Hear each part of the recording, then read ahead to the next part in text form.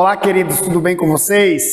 Na aula de hoje vamos tratar de um tema muito relevante que diz respeito à questão da geografia regional do Nordeste. Em outro vídeo anterior, nós trabalhamos uma aula sobre a geografia regional do território brasileiro. Trabalhamos um pouco sobre o Brasil e as propostas de divisão regional do seu território, já que o nosso país é um país considerado muito grande, um país de dimensões continentais, e graças ao fato de ser um país extenso, um país de dimensões continentais, acaba que existe uma necessidade de dividi-lo em regiões. Hoje a gente vai trabalhar uma aula isolada sobre a região Nordeste, falar um pouco sobre quem é essa região e algumas características consideradas relevantes que você precisa se familiarizar. A primeira delas eu coloquei que essa região chama atenção por ser composta por 9 estados. Isso já chama atenção porque muitas outras regiões têm um número de estados menor, como o Sul, Sudeste, Centro-Oeste, e acaba que o número 9, em comparação às outras, na proposta de divisão regional do IBGE, é considerada uma região com um número de estados expressivo, né? Uma região que tem um padrão aí numeroso de estados. Outro fato que chama atenção é que a história ela vai nos ensinar que o Brasil teria começado, o Brasil começou em que parte do Brasil?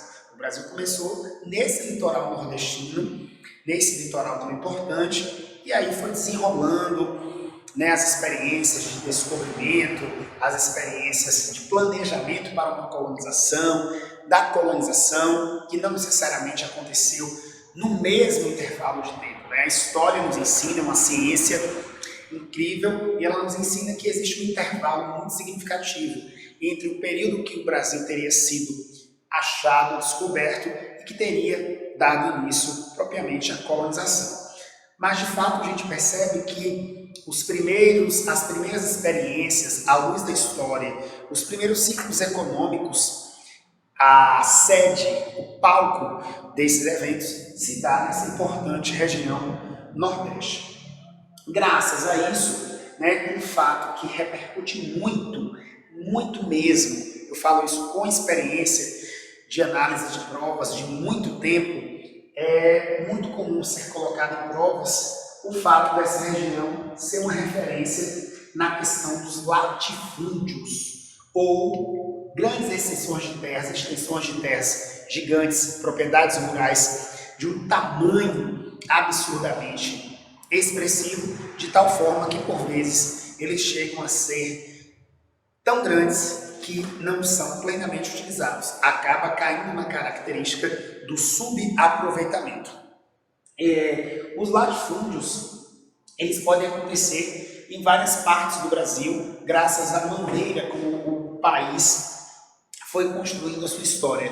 Mas essa informação ela é um pré-requisito para você entender múltiplas realidades que acontecem na região Nordeste, né, que é uma região conhecida por ser desigual, por também concentrar pobreza, ter uma população marcada pela concentração de renda, e onde eu tenho concentração de renda, eu tenho naturalmente concentração também de terra. É uma coisa ligada à outra. Segundo as ciências humanas e sociais, onde há uma concentração de renda expressiva, também pode ser um fato que favorece, né, essa desigualdade extrema, uns estão ricos, outros estão pobres ou desempregados, pode favorecer a fluidez de um circuito de criminalidade também. Então, esse histórico de latifúndios eu fiz questão de colocar nessa concentração fundiária, porque isso aqui tem uma quantidade absurda de centenas de questões que sempre associa o Nordeste a essa situação problema. Então, eu coloquei que verificou importantes ciclos econômicos. Quem são esses ciclos? A gente tem ciclo do pau-brasil, ciclo da cana-de-açúcar, ciclos econômicos. Essa nomenclatura ela foi amplamente utilizada, ainda é utilizada para fazer referência a essa experiência, né, de momentos importantes da economia brasileira. O pau-brasil sendo uma atividade de base, né, extrativista, né, fundamentada no extrativismo, e no caso da cana-de-açúcar, aí a gente tem o estabelecimento de uma importante monocultura, né, monocultura fundamentada no sistema agrícola do plantation. Apresenta diversidade de climas. Isso aqui é muito importante para você resolver as questões, eventualmente, de uma prova que você vai fazer. Porque existe uma visão estereotipada de que todo o Nordeste é seco, é semiárido, é quente.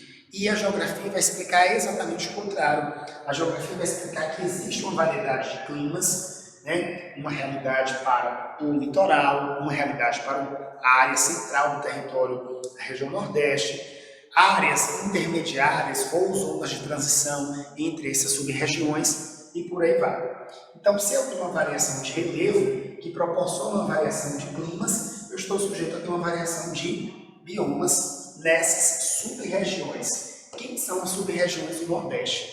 Aí a gente tem Zona da Mata, Agreste, Sertão e Meio Norte. Importante você dominar que dentro dessa mesma região, eu tenho pelo menos essas 4 importantes realidades aí.